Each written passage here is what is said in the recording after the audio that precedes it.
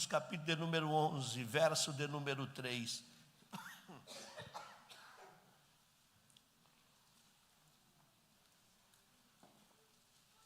2 Coríntios 11, 3.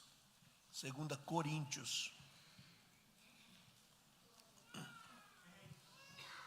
11, 3. Mas temo que, assim como a serpente enganou Eva com a sua astúcia, assim também sejam de alguma sorte corrompidos vossos sentidos, e se apartem da simplicidade que há em Cristo,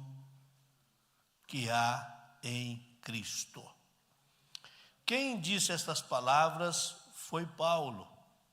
Ele está defendendo a sua autoridade apostólica.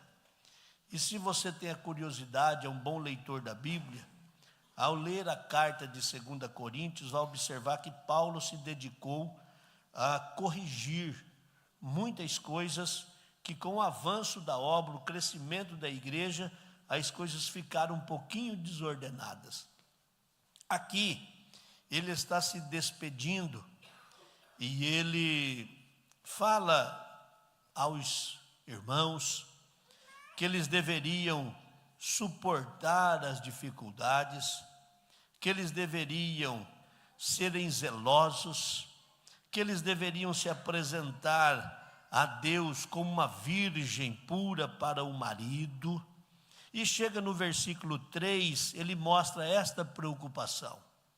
Eu temo, diz ele, que assim como a serpente enganou Eva com a sua astúcia, pode que algum de vocês tenha os seus sentidos corrompidos e se afaste da simplicidade do Evangelho. Então tem muitas linhas de pensamentos nesse texto, mas vamos considerar alguns deles aqui.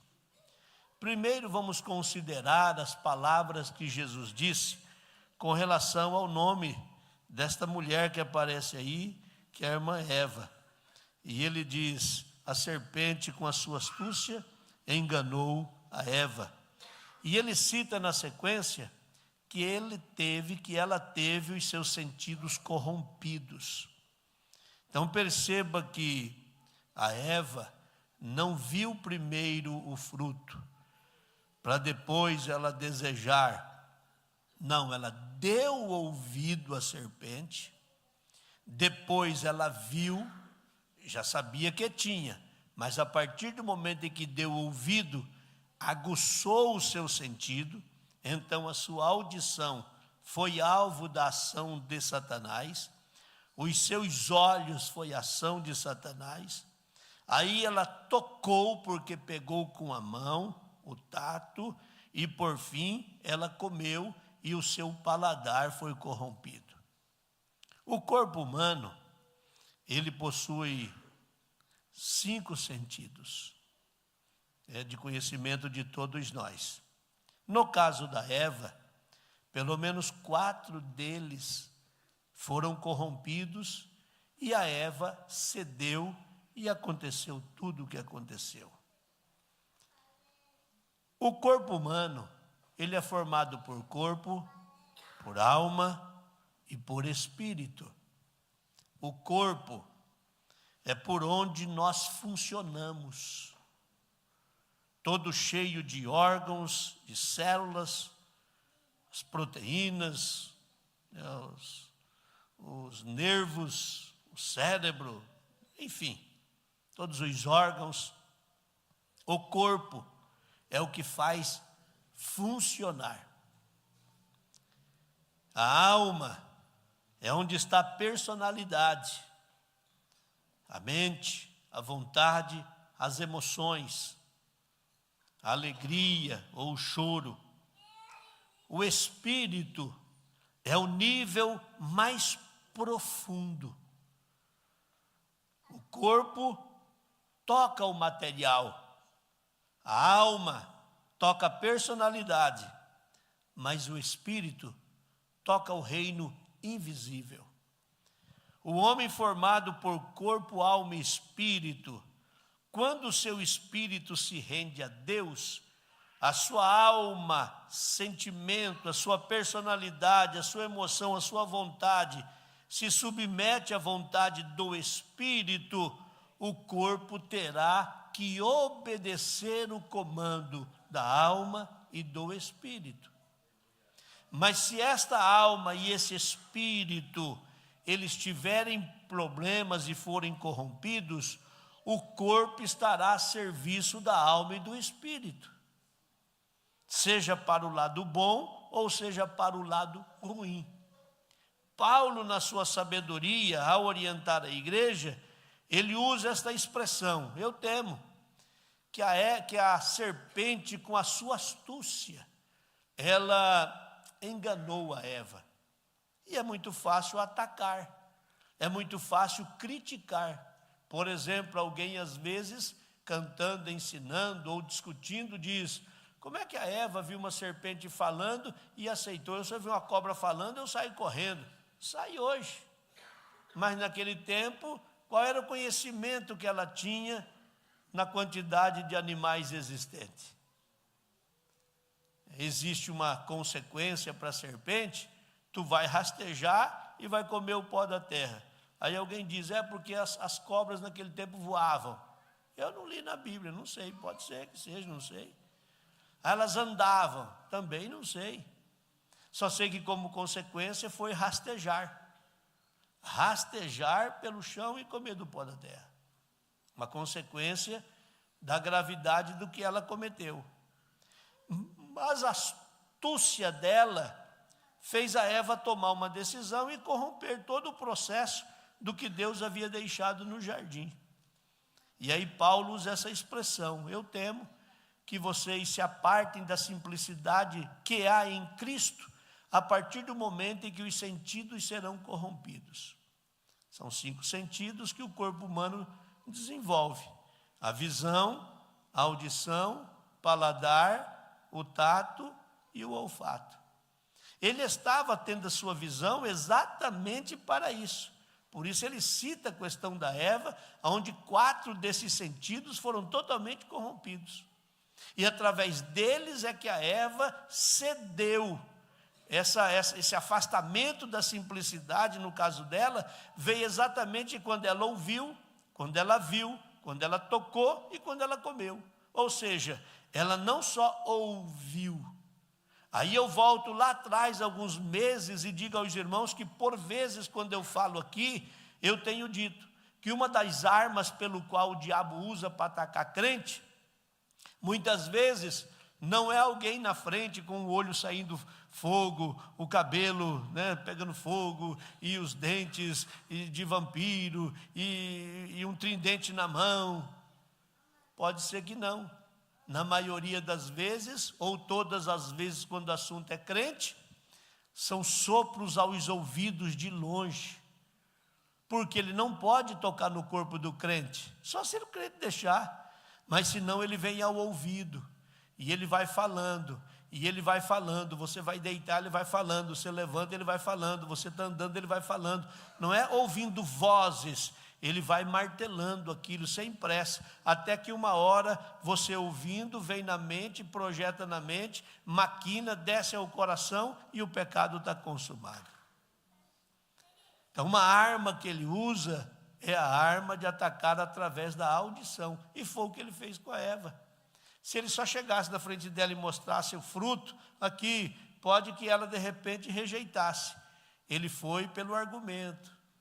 Por que vocês não podem tocar? E ela conversando com ele: por causa disso, ok, eu volto amanhã, mas olha, se vocês fizerem. E a palavra convenceu. Já aconteceu de você adquirir alguma coisa sem poder e sem querer, pelo argumento de quem vende? Sim ou não? Você não quer e não precisa, mas o argumento faz com que você leve, faz com que você adquire. O poder do argumento. As pessoas que namoraram para casar sabem que o poder do argumento é fenomenal. Sim ou não? É o argumento. E se perguntar para cada casal, ele vai dizer: olha, eu Até não tinha essa intenção, mas me convenceu. O poder do argumento. A igreja não fabrica produtos. A igreja não revende produtos. A igreja reúne os crentes aqui dentro e vende argumento. Então você usa a Bíblia, Deus lhe usa cantando, pregando, orientando, e de repente tem alguém que precisa de Jesus, levanta a mão e aceita ele porque foi convencido. Por isso que a Bíblia diz que a fé vem pelo ouvir. A fé vem pelo ouvir. Numa cobrança de Paulo aos romanos, ele diz: como ouvirão se não há quem pregue? Então é necessário que a gente reconheça o poder que o argumento tem. Então Paulo mostrou para os irmãos e disse: eu estou preocupado, que quem sabe eu, partindo daqui, o diabo venha e entra no meio de vós e com a sua astúcia corrompa os vossos sentidos e vocês se apartem da simplicidade do Evangelho. Isso me fascina, porque fica muito claro que Cristo trabalha na simplicidade. Nós estamos vivendo um tempo onde as coisas se modernizaram. A gente tem belos templos, tem um som maravilhoso, a gente tem um lugar agradável para congregar, tem uma boa cadeira para sentar, a gente tem bons músicos, tem bons instrumentos, e isso tudo não é pecado, mas nem sempre foi assim. E por que não foi assim? Porque não é que a igreja perdeu a simplicidade. O mundo nos trouxe até aqui assim, se puder melhorar mais. O que não pode é perder a essência da simplicidade. Então não é porque as coisas se modernizaram, não é porque as coisas avançaram, que a gente agora também vai se adequar. Nós precisamos continuar com o pé no chão e a simplicidade de Cristo estar impregnada em cada um de nós. Aleluia. Por isso que a mensagem de que Jesus Cristo salva, cura, batiza com o Espírito Santo, em breve voltará, ela ainda hoje faz efeito. Oh, bendito é o nome do Senhor. Então Paulo estava mostrando aos irmãos isso, e ele diz: eu estou preocupado que o diabo, com a sua astúcia, corrompa a vossa visão. A visão é a capacidade que a gente tem de visualizar objetos e pessoas. A nossa visão, ela capta imagens e ela envia para o cérebro. Então, aqui nós temos uma mesa, um aparadouro aqui. Se você disser isso a uma pessoa que não tem visão, desprovido de visão, ele terá que vir aqui e tocar. E se ele nunca enxergou na vida, ele vai ter mais ou menos uma noção do que é uma mesa, o que é um aparadouro. Mas para quem olha e vê, ele entra lá na porta, a primeira vez que ele vê, nunca viu, mas ele viu a primeira vez, a visão mostra para ele, e em frações de, milésimo de segundo, isso vai ao cérebro e já mostra para ele o que de fato é isso. Na verdade, a visão é algo fenomenal. Uma pessoa que nasce sem o poder da visão, ele se acostuma. Mas uma pessoa que já enxergou, se vier a perder a visão, ele tem muita dificuldade. Eu já tentei algumas vezes, às vezes à noite, no escuro das madrugadas, levantar naquela escuridão, ser meio sonolento, e de repente fechar os olhos mesmo no escuro para tentar andar assim. Você não tem segurança alguma. Mesmo no trajeto que você está acostumado a fazer, você tem medo de bater na porta, tem medo de tropeçar. Mesmo no escuro danado, você ainda abre os olhos e arregala ainda os olhos assim para ver se não vai tropeçar em nada. A nossa confiança na visão é mais do que qualquer outro sentido do corpo. No Covid perdemos o paladar e o olfato, mas a gente tinha visão. A gente continuava comendo carne sem gosto, porque a gente via a carne. A gente continuou comendo comida sem gosto, porque a gente via ela. Não pode perder qualquer sentido, mas a visão, eu não sei os senhores, Eu tive uma proposta alguns anos atrás, usei óculos muitos anos, e alguém sugeriu trocar os óculos por lente. Eu por 2 vezes fiz essa tentativa, recuei, fiquei com medo, não quis fazer. O dia que eu tive a coragem de fazer foi pelo poder do convencimento. Eu disse ao médico, eu não vou fazer. E disse, o senhor volta aqui terça-feira, eu vou fazer para o senhor. E me convenceu por um monte de argumento. Primeiro pela segurança, depois pelo preço que ele ia fazer. Depois ele olhou para mim e disse, não, mas eu quero abençoar o senhor. Eu disse, mas alguém queria me abençoar e eu fugindo da bênção. Mas eu confesso que são noites que a gente nem dormia. Pode ser que você leva isso tranquilo, mas para mim foi uma dificuldade. O dia que eu fiz a segunda, que eu abri o olho e vi que eu estava enxergando, foi uma cena muito linda, porque a gente fazia barba pelo tato, né? E de repente eu olhei no espelho assim, eu me vi e disse, meu pai, quem é esse velho que está aí? Nem eu imaginava que estava tão enrugado desse jeito aí. E aí você consegue olhar e ver meu Deus do céu, não é que eu estou enxergando mesmo? E o médico disse, olha, o senhor vai precisar de um óculos de meio grau para o senhor ler a Bíblia. Eu disse, mas qual o sentido então de fazer? Ele disse, o senhor vai sair de um de 3 para vir um de meio, já é um avanço. Foi até o senhor compra aquele bonitinho, pequenininho, põe só paleta. Disse, meu pai, eu vou ficar mais cara de velho ainda.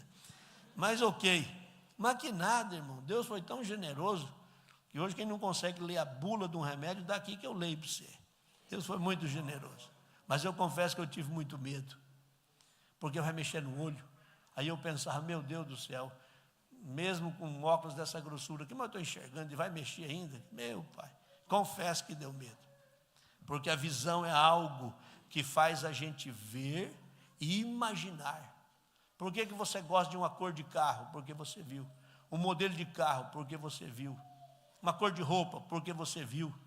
Quem não enxerga, você pode chegar e dizer, essa roupa aqui ficou bonita para você. Pode não ficar, ele ok, ele vai vestir. Mas se você enxerga, você exige. Paulo disse, eu tenho medo que o diabo entra no meio de vós e com a sua astúcia ele tire a vossa visão. E vocês como igreja, saia da simplicidade e perca a visão. Aí a gente pode abrir um leque grande e dizer, perder a visão do reino, perder a visão da unidade, perder a visão da simplicidade, perder a visão missionária, perder a visão de comunidade, perder a visão de generosidade. Esse eu tenho medo que se vocês perderem a visão, perdeu tudo. Se você perder a visão, ele estava dizendo, você vai depender de alguém para te conduzir. Você enxergando, você tem vida própria. Mas se você perder a visão, alguém vai ter que te conduzir. E como é triste quando alguém no meio do povo de Deus perde a visão e alguém tem que conduzir ele, porque se não conduzir não consegue chegar a lugar nenhum. Paulo estava dizendo, você quer ver as coisas lindas dos céus, você quer contemplar as maravilhas de Deus, não deixa o diabo corromper a sua visão. Qual é a razão pelo qual em alguns casos, alguns ministérios, algumas igrejas, alguns líderes, alguns departamentos têm problemas de prosseguirem? Porque alguém perdeu a visão no meio do caminho. E quando perde a visão, é notório que a pessoa terá que ser conduzida por outro. E a Bíblia é tão perfeita que diz, esses que têm problemas e que acabam caindo em precipício, são cegos guiando cegos. Ele não está dizendo que é 2 cegos andando de mão dada, ele está dizendo, é um que tem visão natural, mas não tem a espiritual, tentando conduzir um outro, vai ter problema. Que Deus te abençoe, meu querido irmão, meu querido companheiro. Que o inimigo das nossas almas não lhe faça perder a visão do reino, a visão das coisas celestiais. Que a sua visão não seja corrompida para ficar olhando problema, dificuldade, luta, atrapalho. Não, Lembra de que Jesus, quando encontrou aquele moço e foi curá-lo, inclusive cuspiu nos seus olhos. Eu disse isso aqui recentemente, e o moço olhou e disse: não, já está bom, eu estou vendo os homens que andam como árvores. Disse: não, árvore não anda, volta aqui, eu quero ajudar você. E tocou nele de volta, e ele passou a enxergar livremente. Jesus quer que você contemple as coisas perfeitamente. Não deixa o diabo corromper a sua visão. Eu disse isso hoje a um querido companheiro que ligou, mas desesperado: pastor, pelo amor de Deus, socorre nós aqui. Fui informado que os irmãos aí em Toledo ajudam alguns campos. Eu nunca falei nada para o senhor, me ajuda também, pastor. Ó, que nós estamos passando por isso, pedindo ajuda missionária. Eu disse a ele: já pensou se grande parte dos campos do estado, das igrejas no estado, fizesse um pouquinho cada um, como que a gente ajudaria? Alguns lugares estão mandando dinheiro para o Peru, para a África, para não sei para onde, e dentro do nosso estado nós temos carência, necessidade, pastores que estão em desespero. Que Deus abra nossa mente para a gente contemplar. E não somente isso, olha o que aconteceu com Eliseu quando orou pelo seu moço. O moço saiu lá e olhou e disse: Eliseu, a cidade está toda cercada de carros e cavaleiros, e nós estamos perdidos, agora vai morrer todo mundo. Ele foi lá, botou a mão na cabeça do menino e disse: Deus, abra a visão dele. Quando o menino olhou de novo, antes dos cavaleiros que estavam lá para prendê-los, havia cercado toda a casa, diz a Bíblia, de carros e cavaleiros de fogo para protegê-los. Oh, aleluia! Que Deus lhe dê uma visão para ver o extraordinário de Deus, para ver o diferenciado de Deus. Que a sua visão não seja limitada àquilo que a gente alcança com a mão ou aonde coloca o pé, mas que Deus te dê uma visão do extraordinário, que Deus te dê uma visão daquilo que é eterno, e que a gente comece a olhar para as coisas de Deus com uma visão mais apurada. Não olhar como um negócio, não olhar como um lucro, mas olhar como reino. Eu uso essa palavra o tempo todo quando aconselho alguém, e eu digo: você precisa olhar não para a Igreja Assembleia de Deus de Toledo, não para o que o pastor Vicente está pedindo, não para um projeto novo que surgiu. Olha para o reino, a visão tem que ser reino. Que Deus unja a sua visão e você veja reino. Ah, pastor, mas eu estou no lugar errado, eu tinha que estar fazendo isso, eu tinha que estar morando em tal lugar, eu tinha que estar fazendo isso. Você está fazendo o que Deus pediu para você fazer e te deu a visão para fazer. Nessa visão, vá fazer o que Deus pediu para fazer. Peça para Ele abrir os seus olhos e ver a grandeza do ministério que Ele lhe confiou. Oh, bendito é o Senhor. Oh, bendito é o Senhor. Ele disse: eu tenho medo que o diabo corrompa a vossa visão. O olho é onde a gente visualiza objeto, pessoas, capta a imagem e envia-la para o cérebro, e o cérebro nos orienta o que é para fazer. Como é bom enxergar, como é bom ver, como é bom contemplar. Mas lindo ainda é se a gente puder abrir os olhos e ver o que Deus traçou para a gente, projetou para a gente. Oh, bendito é o Senhor. Eu não sei se está lá, talvez aquele videozinho daqueles meninos tocando que eu postei.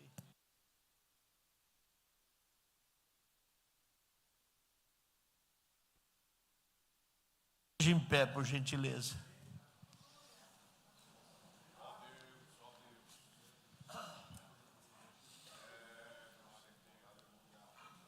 Eu vou pedir para mandar um videozinho aí, Davi. E você projeta ele, porque eu quero concluir mostrando, falando da visão. Eu quero mostrar esse detalhe. Agora, essa semana, durante esses dias, o pastor Norberto, lá do Paraguai, me mandou uma mensagem: o pastor Norberto já veio aqui trazer oferta para a construção, mesmo sendo do Paraguai. Já veio aqui trazer café para os pedreiros, mesmo sem ser necessário. Várias vezes. A gente não tem um compromisso de todo dia dar café para eles, mas ele fez questão de vir e trazer. Nós tomamos café junto lá várias vezes e com muita coisa. Ele fez um voto a Deus que de um projeto que Deus deu a ele, ele faria a entrega desse dízimo em Toledo, de um projeto que ele tem, um valor pequeno, mas um projeto lindo. Ninguém pediu para ele fazer. Aí ele me mandou esse vídeo. Se tiver no jeito, Davi.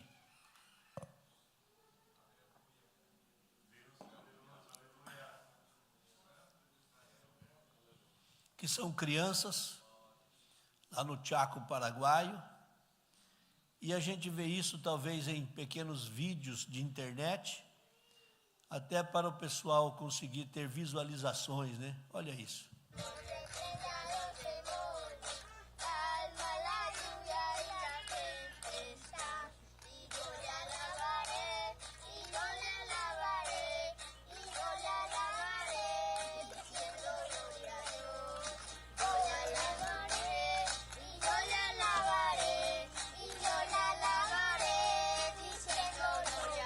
Para o vídeo, segura a imagem, se for possível. Se tiver jeito de segurar, pausar ele e segurar a imagem. Isso aí. Olha os instrumentos que eles estão tocando. Eles que fizeram esses instrumentos aí com a mão, para poder cantar e glorificar Jesus e adorar Jesus. Olha atrás lá, vocês observam lá atrás, uma condição lá de um lugar lá, uma cobertura. Olha a situação que está aquilo lá. E ele me mandou uma mensagem e disse: pastor, esses meninos, eles têm um sonho de ter um violão, de ter um instrumento. Será que o senhor tem sentido de Deus de falar com o senhor? Quem sabe o senhor pode nos ajudar? Eu disse: já ajudei, já está certo. Pode ficar tranquilo, nós vamos abençoar os meninos.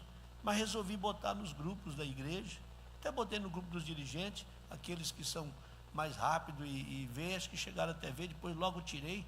Por quê? Porque questão de minutos, nós já tivemos a doação de 2 belos violões para eles. 2 belos violões. E eu falei com o pastor e disse a ele: pastor, eu ganhei. E eu achei que ele tinha desligado o telefone. Ele deve estar assistindo o culto. E ele se emocionou e disse: pastor, eu vou agora essa semana e eu vou trazer, e essas crianças vão ficar muito felizes.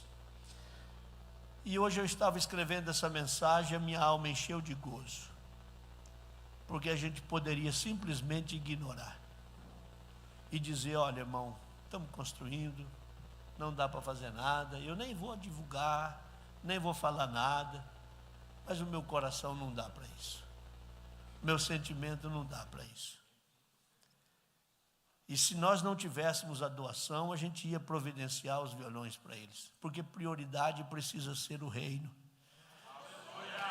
Eu não olho 3 meninos, não sei que idade tem, talvez 7, 10, 12, 7 anos, talvez 8 anos, não sei.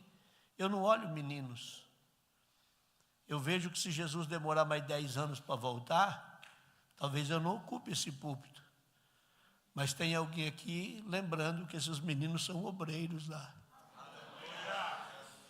É possível que daqui 10, 15 anos, se Jesus não voltar, alguém ouça a notícia e disse: olha, nós um dia tocávamos num pedaço de pau, mas alguém doou um violão. Quando eu falo de visão, eu falo disso. Não é você fazer por fazer, não é fazer porque pediu. É você abrir os olhos e dizer: eu vou fazer, não é porque eu vou ter em troca, eu vou fazer porque eu olho o reino, porque eu vejo o reino, porque eu olho o reino, porque eu quero o melhor do reino, porque eu quero ver o reino. Oh, bendito é o Senhor. Que esta noite o Espírito de Deus te encha da visão do reino de Deus, e a sua visão não seja uma visão de olhar para o chão ao ponto que os seus pés consigam pisar ou que a sua mão alcance, mas que Deus te dê uma visão de reino. Eu disse aqui quando eu assumi esta igreja, dentro de 10 anos saberemos se seremos eficazes no departamento infantil, com os adolescentes, com a Humanity. Imagino que há 5 anos atrás quase, a grande maioria da Humanity eram todos solteiros, hoje são jovens casais. Porém os adolescentes eram crianças, hoje são adolescentes. Essas crianças estavam no ventre, quizá nem nascida ainda, e algumas nem projetada, hoje estão entre nós. A gente precisa entender que não para conosco. Nós não seremos o fim desse projeto, nós não seremos o fim desse processo. Que Deus abra os seus olhos espirituais, que não seja corrompida a sua visão, para você achar que o que faz é pouco. Não, você faz para o reino, e quem faz para o reino, vê o extraordinário de Deus. Bendito é o nome do Senhor. Querido Deus e maravilhoso Pai que estás nos céus, a minha alma engrandece o Senhor, o meu coração se exulta no Deus meu Salvador. Uramanda kamai te queremanda karabaharabagai. Ramai terimion de queremasuri mi cantura mandarandurabashai. Querido Deus, eu lhe agradeço pela honra que temos de servi-lo, pelo privilégio que temos de estar em tua casa, pela alegria de cultuar hoje, de ouvir belos hinos, de participar de um culto tão extraordinário, de gratidão, de alegria, de se alimentar, de orar, de ler a tua palavra. Que presente o Senhor nos dá no dia de hoje. Mas eu oro agora e faço a oração de Paulo, que nenhum destes, pela astúcia do diabo, tenha os seus sentidos corrompidos e perca principalmente a visão de dependência do Senhor, a visão de reino, a visão de unidade, a visão de comunidade, a visão de propósito, a visão de reino, a visão de reino, a visão de reino, a visão de reino. Urabakai te queremanturabachadarabagai. Encha este povo do teu maravilhoso Espírito. Não deixa o diabo tocar em nenhum deles. Repreenda as forças das trevas. Se porventura de longe Satanás estava mostrando e soprando aos ouvidos, seja repreendido agora. O teu povo será mantido de pé. O teu povo será mantido de pé. O teu povo será mantido de pé, para a glória do teu precioso nome, Senhor. Em nome de Jesus e para a glória do Pai. Amém.